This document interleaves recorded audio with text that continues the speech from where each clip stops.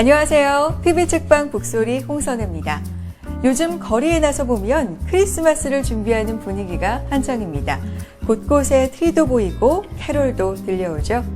또 이맘때쯤이면 널리 회자되는 유명한 동화 한 편이 있는데요. 바로 크리스마스 선물이라는 동화입니다. 주인공 스크루지는 평생을 탐욕스럽게 살다가 크리스마스 날 죽음을 경험하면서 자신이 얼마나 잘못 살아왔는지 깨닫게 되는데요. 스크루지가 너무 늦지 않게 죽음에 대해서 그리고 진정한 행복에 대해서 깨달을 수 있어서 다행이라는 생각마저 드는 동화죠.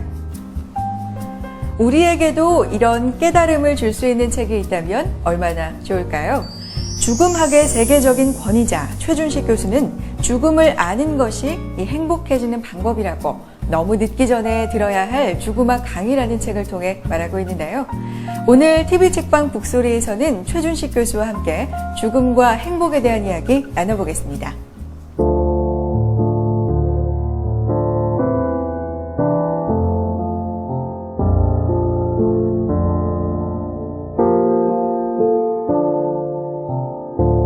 정말 괜찮은 사람이었다, 기분 좋은 사람이었다, 이렇게 그냥 할 일 다 하고 간 사람으로 기억해줬으면 좋겠어요. 뭐 어떤 미련이나 이런 거 없이 행복하게 즐기면서 살다 간 사람이라고. 저라는 사람이 있었다는 거를 알아주고 그냥 제가 좋은 사람이었다고 기억해주면 좋겠습니다.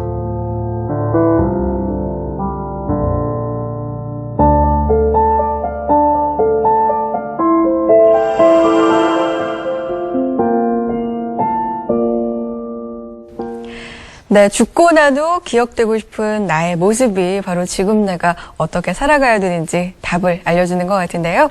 자, 오늘 이 대담 시간 통해서 삶과 죽음의 연결고리를 한번 찾아보는 시간이 됐으면 좋겠습니다. 먼저 오늘도 김성신 평론가님 소개해 드릴게요. 어서 오세요. 안녕하세요. 반갑습니다. 그리고 오늘 대담의 주인공이십니다. 너무 늦기 전에 들어야 할 죽음학 강의의 저자이시죠? 최준식 교수님 모시겠습니다. 반갑습니다. 네, 어서 오세요, 안녕하세요. 교수님. 네.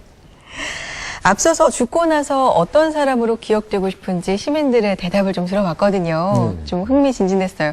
교수님께도 한번 여쭤보고 싶은데요. 어떤 사람으로 기억되고 싶으세요? 기억 안 되는 게 제일 좋죠. 왜 그런 거 아니에요? 어차피 우리가 50년쯤 되면은 죽은 뒤 아무도 기억 안 해요. 뭐 그런데 크게 생각 안 쓰셔도 돼요. 신경 안 쓰셔도. 하기야 살면서 또 그 이름 너무 남기겠다고 애쓰면서 살면 또 사는 게 또 사는 것 같지 않고. 그래도 아무도 나를 기억해주지 않는다? 이것도 약간 좀 슬픈데요? 원래 동양에 그런 얘기가 있습니다. 이 도인들은 자취를 남기지 않고 갑니다. 그게 제일 좋은 삶이에요. 그렇군요. 답이 안 좋죠? 아니요. 그렇진 않고요. 굉장히 뭐랄까요. 우문현답? 뭐 이런 생각도 들고요. 생각하게 만들어. 맞아요. 그러니까 그 좋은 답이 다 그런 것 같아요. 그러니까 그 답으로 끝나는 것이 아니라 그 답으로부터 생각이 시작되게끔 만드는 답. 이런 답을 오늘 굉장히 많이 들어볼 수 있을 것 같습니다. 네. 어쨌든 뭐 삶에 대한 그런 그 정리 이런 것이 사실 살아 있는 동안 해야 되지 않습니까? 어차피 늦으면 안 되는 것이고, 예. 그래서 너무 늦지 말아야 되는데 그런 의미에서 이 너무 늦기 전에 들어야 할 죽음학 강의 이번에 새로 펴내신 책입니다. 그야말로 좀 스크루지 영감처럼 그 살고 있을지 모를 우리 모두가 좀 빨리 모두가 다 읽어봐야 할 맞아요. 그런 책이 아닌가라는 생각도 드는데요. 네. 죽음이란 무엇인가, 또 어떻게 죽을 것인가, 또 죽음을 두려워하지 않고 어떻게 행복하게 그 죽음을 맞이할 것인가, 그러니까 또 죽음 이후에는 어떻게 될 것인가. 사실 우리가 죽음을 떠올리기 싫어서 그렇지 그 죽음이라는 한 단어만 가지고서도 수없이 많은 질문을 던지게 되는 것 같습니다. 그래서 이런 모든 질문을 통해서 현재 어떻게 살아야 할 것인가, 네. 바로 그 지점을 사유하게 만들어주는 책이 바로 이 너무 늦기 전에 들어야 할 죽음학 강의. 저는 이렇게 이 책을 소개를 하고 싶습니다. 네, 소개를 지금 해주셨는데 이 책이 사실은 올해 7월에 출간이 됐죠. 출간은 한 4, 5개월 전에 그러니까 된 건데 겨울이 되면서 더욱더 반응이 좋다 뭐 이렇게 들었습니다. 아무래도 겨울이 좀 소멸의 느낌이 있기 때문이 아닐까, 저는 이런 생각도 들어서 죽음에 사람들이 더 관심이 가나? 그런 생각도 들더라고요. 이 책을 처음에 출간하실 때 어떤 생각으로 하신 건지 궁금해요. 사실은 이 책은 저 이전에 이제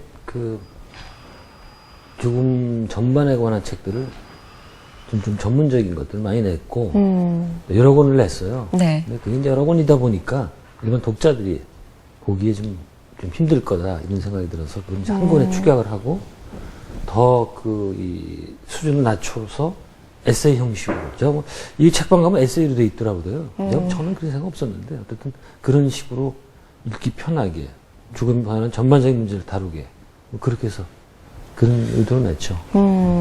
사실 그렇군요. 그 책이 나온 또 시점도 보면 그 올해 여름에 그 세월호 네네. 예, 그 이제 참사로 온 국민이 슬픔에 빠져 있을 때 이 책이 출간됐던 걸로 이제 제가 기억을 하는데요.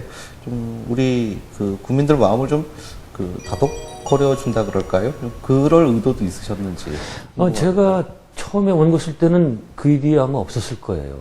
예. 그래서 아마 초고는 안 들어갔었을 겁니다. 근데 그 일이 터져서 그 세월호를 보면서 굉장히 좀 마음이 아팠습니다. 그 이제 그 희생당한 학생들 때문에 그런 것도 있지만 거기 대하는 대처 방법이 제가 보기엔 굉장히 미숙했어요.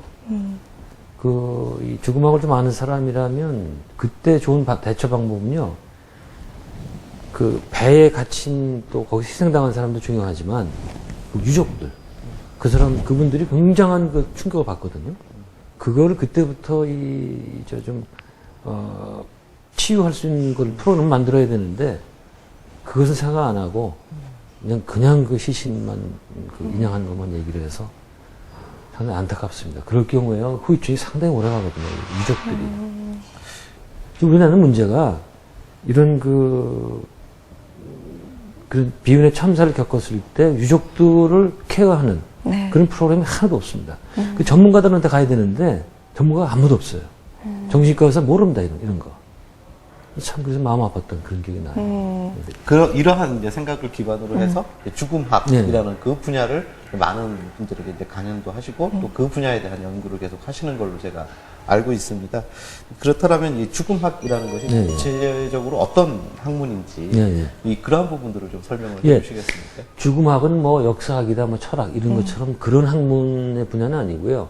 여러 학문들이 같이 결합된 그런 종합 연구라고 그럴까요?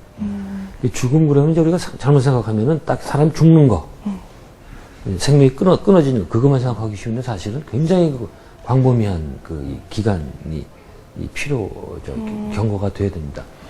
그래서 제가 처음에 81년에 이제 미국 대학에서 공부를 하는데, 이제 학부에서 코스가 말이죠. On Human Death and Dying. Death and Dying 그렇게 나와요. 그래서 죽음은 죽음이지 dying이 뭐냐. 이상하게 생각했는데 나중에 보니까 그게 네. 맞는 얘기예요. 이거 한국말로 번역하면 죽음과 죽어감이거든요. 그러니까 인간이 죽는 게 어느 날 갑자기 딱 끝나는 거 그것도 죽음이다만 거기까지 가기 위해서 많은 과정이 있죠.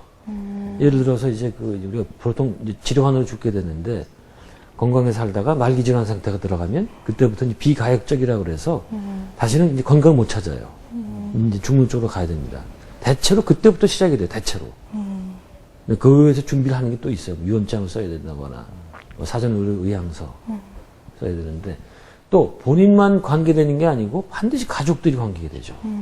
의료진이 관계가 되죠. 그렇죠. 이게 전반적으로 갇힌 인간의 죽음에 한 사람의 죽음에 이제 관계가 되는 분야들입니다. 그다음에 이제 죽게 되면 장의사가 오죠. 네. 또 상주에서 묻지도 않고 따지도 않는 이런 사람들이 오거든요. 그 사람들도 거기 한 부분 이루게 되고 다 이제 그게 장례가 끝나면 제사랑이 또 있죠. 이게 굉장히 오랜 기간에 걸쳐서 일어나는 그 과정인데 그거를 총체적으로 연구하는 게 죽음학이라고 할 수 있죠. 굉장히 광범위하네요. 그리고 사실 어떻게 보면 현대사회에 들어와서, 그야말로 죽음을, 자신의 죽음을 자신이 주체적으로 그렇게 해서 존엄하게 그 존엄성을 지킬 수 있는 이런 어떤 죽음이라기보다는 죽음 그 자체가 처리되고 있다라는 생각들이 많이 들거든요. 그러니까 가령 뭐 병원 시스템도 마찬가지고 장례 시스템도 마찬가지고 그래서 사실 꼭 필요한 어떤 분야의 학문이 아닐까 저는 그런 생각을 항상 해왔는데 그래서 지금 주로 강의하시는 내용이라든지 또 이 책에서 문제 제기하고 계시는 그 분야들이 일단 굉장히 우리에게 현실적으로 지금 당장 필요한 이야기겠구나라는 생각은 충분히 공감을 할 수가 있었습니다. 네, 그 서울대학교 그 거대 어떤 교수님이 네. 이 반면에 책을 썼는데 제목이 나는 한국에서 죽기 싫다예요.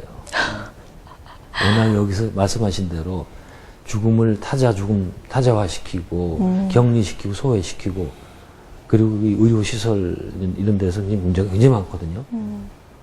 오죽하면 그런 책을 써 계세요.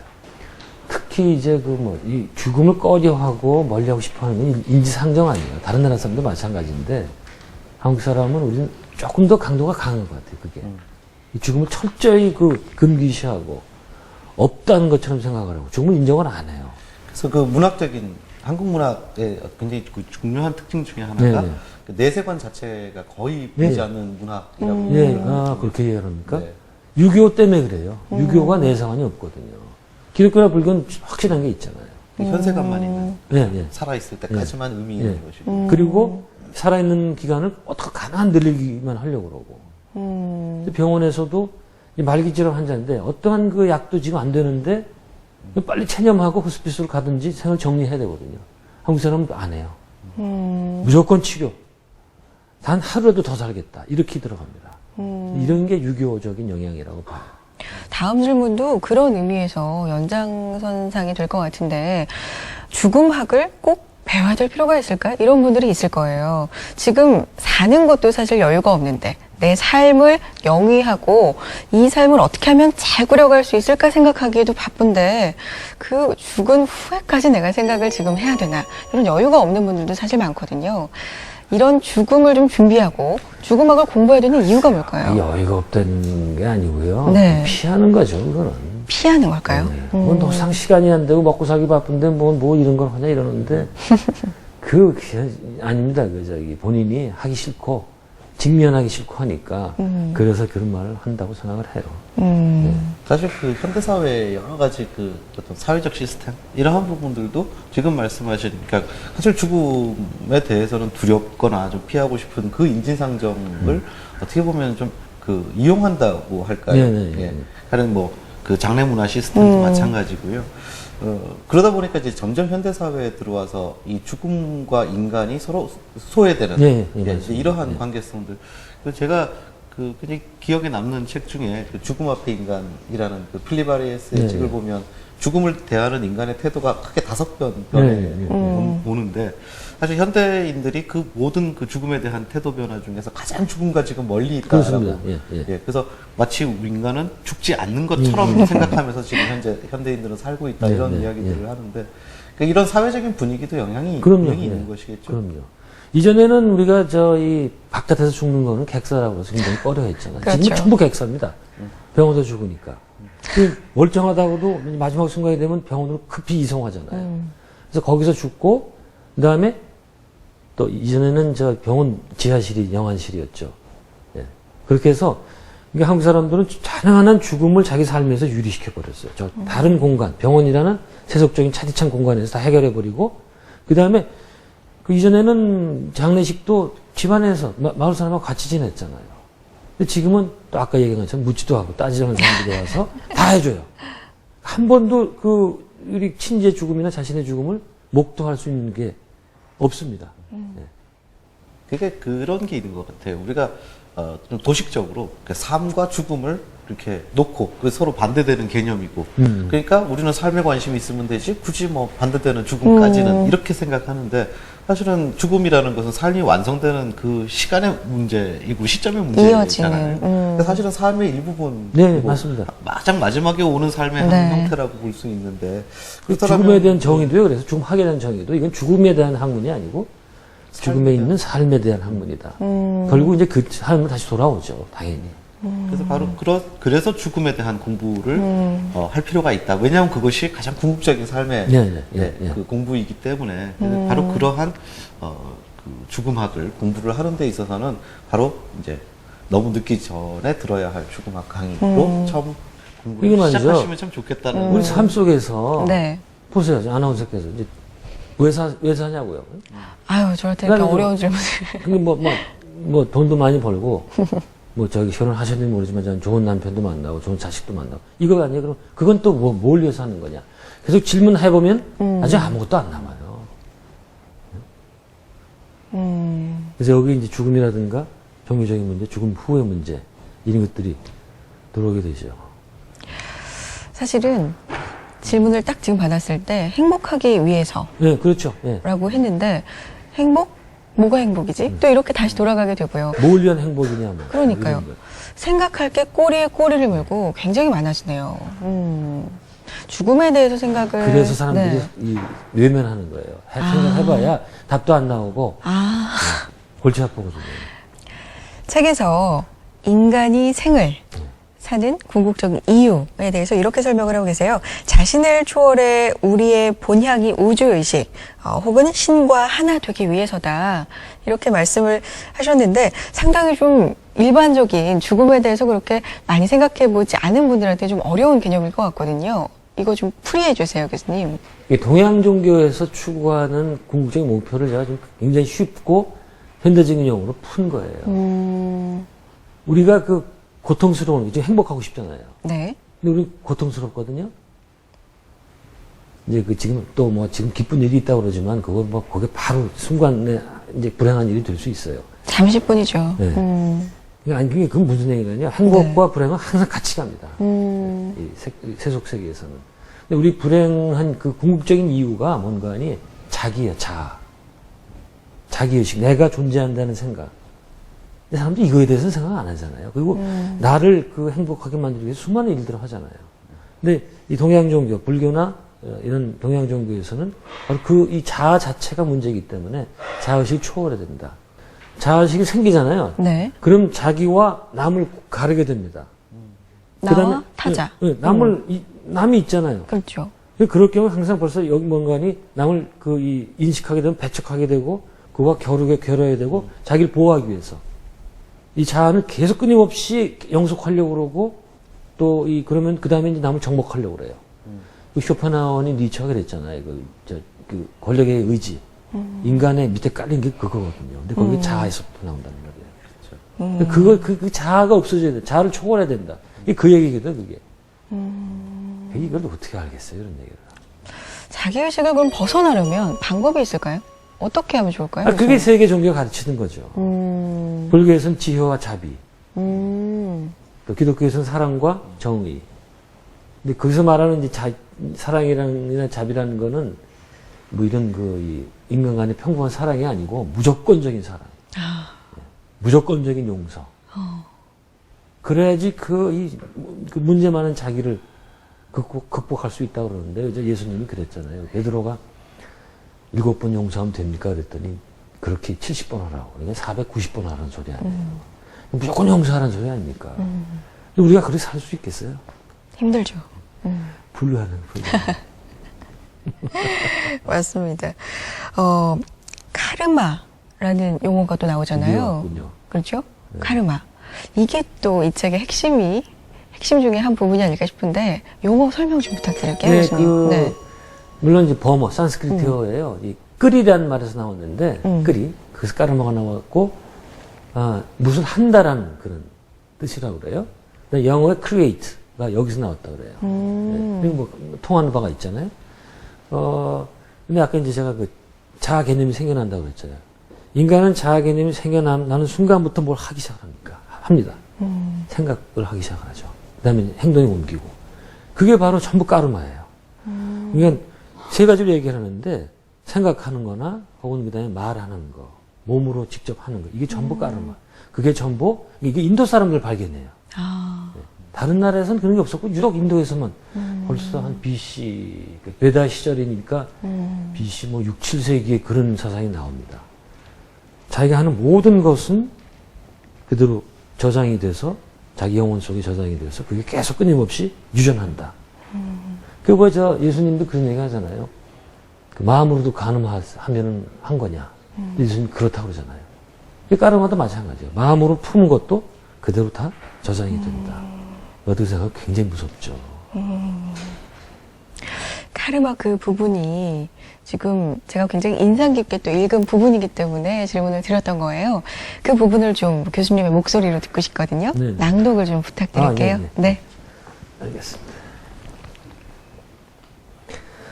우리의 의식은 앞에서 말한 대로 모두 한 점으로 향하게 되어 있습니다. 자신을 초월해 절대의식 혹은 우주의식과 하나가 되는 것입니다. 카르마는 우리가 이 정점을 향해 갈 수 있게 도와주는 법칙이라고 앞에서 말했습니다. 그런데 우리가 이 정점으로 가기 위해서는 해야 될 일들이 있습니다. 우선 우리 인간은 도덕을 지켜야 합니다. 도덕은 가장 기본적인 것입니다. 도덕 없이는 우리 인류는 어떠한 초월적인 경지에도 갈 수 없습니다. 그래서 카르마 법칙을 도덕윤리라고도 하는 것입니다. 우리가 거짓말을 하고 남을 괴롭히면서 자신을 초월할 수는 없는 일입니다. 그래서 카르마는 개인이 그렇게 살면 바로 경고를 보냅니다. 다시 말해서 이기적인 행동이나 사악한 행동을 하면 카르마는 작동하기 시작해 그의 삶에 고통을 안겨줍니다. 그러나 만일 당신이 충분히 다른 사람을 배려하면서 살고 있다면 그 좋은 기운은 당신의 깊은 무의식에 저장되고 때가 되면 더 좋은 기운으로 발현하게 될 것입니다. 나도 잘 들었는데요. 우리가 흔히 말하는 뭐 업보 비슷하기도 하고 업보. 조금 더 다른 차원의 그 번역이에요. 그러니까 업이라는 게 업. 예, 한자로 그렇게 있죠. 그것이 이제 카르마 이렇게 네, 될 수 있는 네, 거군요. 그러니까 어떻게 보면 우리가 현생에서 이렇게 살아가기가 좀 고통스럽고 쉽지 않다 이렇게 느끼게 네, 네, 되는 네. 이유가 바로 이제 카르마 때문이다. 예, 예, 이렇게 예. 이제 보면 되겠군요. 네, 네. 그러니까 지금 그 우리가 살면서 생기는 수많은 일들이 있잖아요. 전혀 뜻하지 않았던 일들. 왜 나한테 이런 일이 생길까? 그런 일이 막 있잖아요. 근데 인도 사상 입장에서는 반드시 언젠가 그 일을 만들게끔 하는 이유를 만드는 거예요. 이게 이제 일을 한 거예요. 절대로 우연은 없다는 거죠. 어쨌든 이런 뭐 죽음학과 관련한 일련의 그 연구 또 공부 이런 것들을 통해서 교수님 개인의 그 생활 태도에는 구체적으로 어떤 변화가 있었는지도 궁금합니다. 글쎄 모르겠습니다. 근데 그건 남들이 보고 이제 판단해야 되는 건데 뭐 제가 뭐 어떻게 바뀌었는지 본인이 또 주관적일 수 있잖아요. 저는 이 카르마가 이런 이제 또 이 죽음학 종교 이런 공부하는 게 결국 우리를 자유롭게 만든다. 그렇게 얘기하고 싶어요. 지금 뭐 수많은 뭐 어떻게 얘기하면 좋을까요? 옥죄는 게 아니에요. 우리가 알아갈수록 잘못된 편견에서 벗어나게 됩니다. 그리고 훨씬 더 삶을 좀 객관적으로 볼 수 있고 여유 있게 볼 수 있고. 현대인들이 이제 뭐 여러 가지 중독 현상들을 네. 일으키고 사는데 그 많은 그 중독들 중에서 가장 위험한 중독이 욕망 중독이다. 자신 스스로의 욕망에 중독되는 것이 가장 위험하다. 이런 이야기들도 합니다. 그러니까 지금 말씀하시는 부분이 거기도 연결돼 있다는 네, 생각이 네. 들어요. 자유로워지면 사실 자신의 욕망으로부터 궁극적으로 자유로워질 수 있겠군요. 특히 죽음이라는 화두를 통해서 자신의 삶을 자유로워지지 살아간다면 못하고요. 욕망이 일어나고 그냥 쳐다만 보는 정도야. 아. 자유로워지는 건 힘들죠. 쳐다만 쳐다보기도 보는 힘들어요. 것도 그러니까요. 그 경지도 상당히 힘든 단계가 아닐까 싶은데 죽음에 대해서 이 책에 대해서 읽고 또 많이 궁금해하신 독자분들이 네. 많았습니다. 네, 독자 질문 듣고 교수님과의 대화 이어가겠습니다. 제 주변에 억울함 때문에 힘들어하신 분이 있는데 그런 분들이 카르마에 대해 알면 도움이 좀 되나요? 깨똥밭에 굴러도 죽는 것보다 이승이 낫다는 속담이 있는 것 같은데 죽는 것보다 사는 게 더 낫다고 생각하시나요? 예, 세상엔 과학으로 증명할 수 없는 것들이 많은데 그런 것들을 많이 경험하셨다고 들었는데 그런 현상이 어떤 게 있는지 좀 알려주실 수 있나요? 네, 독자 질문 들어봤습니다. 첫 번째 질문부터 들어볼게요. 카르마가 인과다라고 해주셨잖아요. 그러면 현실 세계에서의 괴로움이 언젠가 말씀하셨듯이 언젠가 원인이 있었겠지라는 걸 알면 좀 그런 괴로움을 극복하는 데 도움이 될까요? 이런 질문이었어요. 될까요? 그냥 알면 안 되고 그거를 네. 참 거기 지혜가 들어가야 돼요. 공부를 해야지 알죠. 그냥 모릅니다. 가령 예수님이 보면 이 원수를 사랑해야 되고 자기 해한 사람을 용서하라고 그러잖아요. 어떤 사람이 나를 해하잖아요. 그 왜 해하느냐? 반드시 언젠가는 과거 언젠가 그런 일을 제가 했어요. 그 과보를 받는 거예요. 근데 그때 또 나한테 이럴 수가 있어 하고 복수를 하게 되면 또 업보를 짓는 거죠. 다음에 또 다시 해야 돼요. 근데 만약 공부를 했다면, 아, 이거는 내가 받을 걸 받아야 되는구나. 그래서 자기 마음만 쉬면 벌써 끝납니다. 거기서 끝내야 되는군요. 끝나죠. 예. 그런 면에서 이 공부를 해야지 자유로워질 수 있다. 그렇게 얘기할 수 있죠. 이번에 또 두 번째 독자 질문은 네. 이 개똥밭에 굴러도 이승이 낫다 이런 속담을 이용을 하면서 했던 질문이 있습니다. 사실 뭐 우리가 이제 죽음학에 관한 이야기를 하고는 있습니다만 어쨌든 사람의 본능이 그래도 뭐 죽는 것보다는 사는 게 좋다 이렇게 이제 여기는 것은 인지상정일 텐데요. 근데 어쨌든 이 속담에 대한 교수님의 생각도 듣고 싶다. 이것이 지금 독자 질문이거든요. 이 삶에 집착하는 거는 어쩔 수 없습니다. 그건. 저도 이게 뭐 죽음하고 공부한다고 그러지만 제가 죽음 앞에 직면하면 어떨지 모르겠어요. 자신 없어요. 충분히 이해가 됩니다. 근데 그러지 않기 위해서 또 공부하고 또 다지고 이래야죠. 그 말이 참 인간적으로 느껴지네요. 저도 모르겠다. 죽음 모르죠, 앞에 다가서면. 그건요. 그렇죠. 그거 자신 있게 얘기하는 사람은 가짜예요. 정말 아는 사람은 자신 없어요. 네. 그런 사람도 있거든요. 뭐, 난 죽음에 대해서 하나 뭐 무섭지 않아. 그리고 또 뭐 죽을 때는 그때 가서 그냥 죽으면 되는 거지 뭐 그게 대단한 거냐. 살다가 그런 사람들은 분명히 앞에서 어디로든 합니다. 그럼에도 불구하고 공부는 하면서 죽음에 대한 공부는 하면서 뭐 마음의 준비를 차근차근 해내면 좀 덜 하지 않을까 이런 생각 들어요. 그럼요. 당연히 그렇죠. 네. 다음 질문 드려볼게요. 책에는 근사 체험자에 대한 예시가 좀 많이 소개가 됐는데 이 질문 저도 사실 드리고 싶었어요. 이 분야에서 오랫동안 공부한 교수님이시기 때문에 좀 과학적으로 증명할 수 없는 현상들 많이 겪거나 보거나 하셨는지 저도 궁금해요.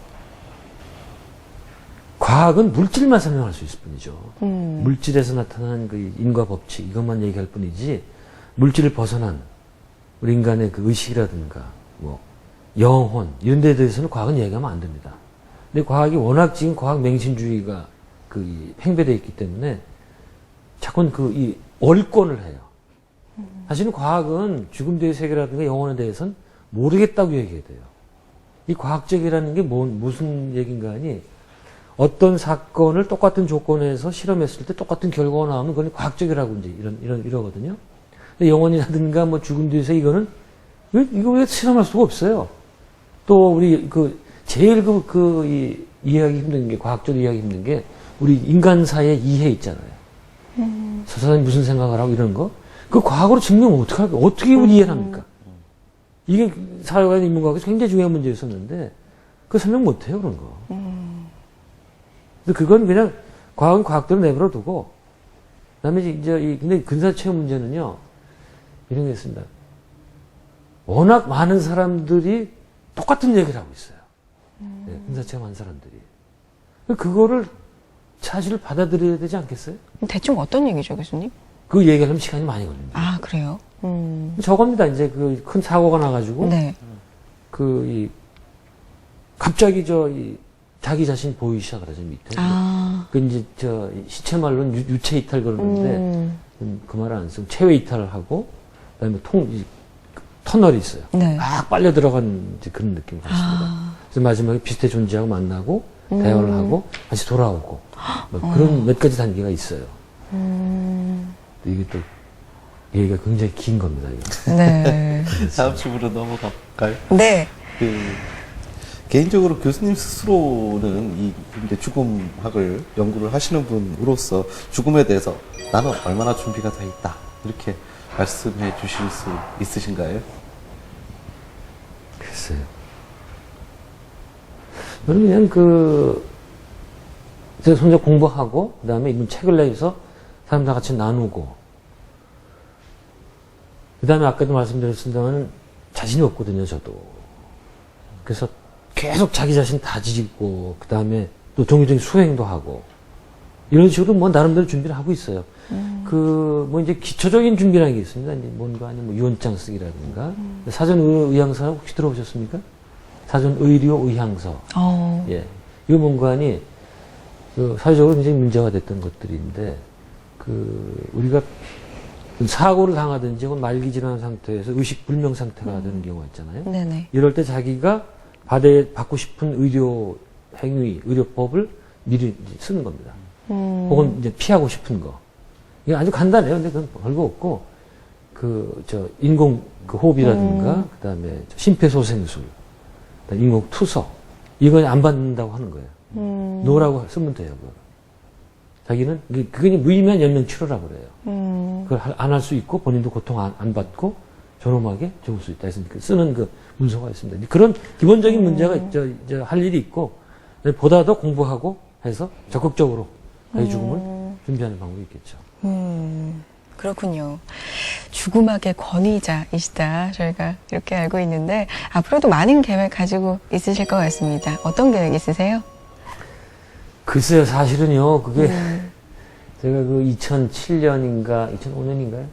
그 한국 죽음학회라고 이제 그 단군이 죽음학회라는 걸 제일 처음 만들었거든요. 제가 언론에 그렇게 많이 노출된 적이 없었어요. 왜 그런가 하니, 웬 방송사까지 와가지고, 무슨 이상한 학회를 만들었다고 이래가지고 말이에요. 제가 또 밖에 나가서 죽음학회 회장이라고 그러면, 이거 비웃어요.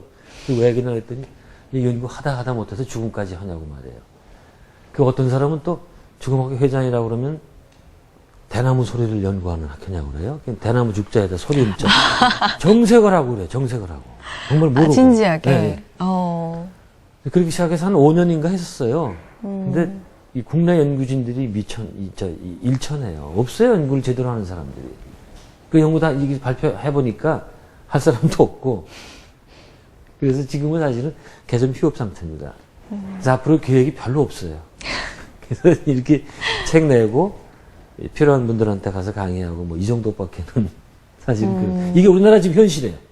이게 직시해야 됩니다. 여기서 제가 희망은 어떻고 이게 쓸데없는 얘기예요. 미안합니다. 제가 슈퍼평론가로서 아이디어를 하나 드리면 예.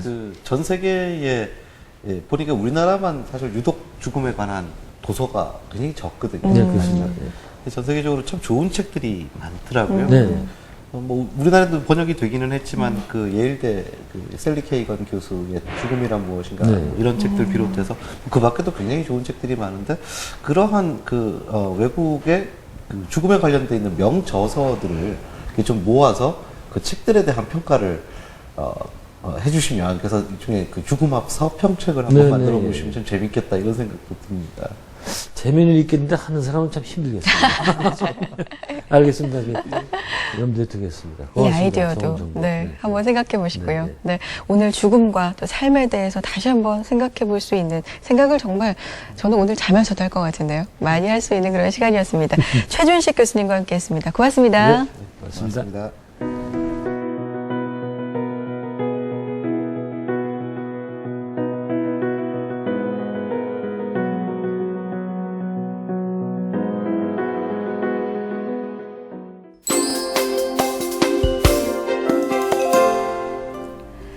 스크루지에게 죽음을 경험하게 하고 삶의 태도를 바꿀 수 있게 해준 존재는 옛 동료 말로의 유령이었습니다.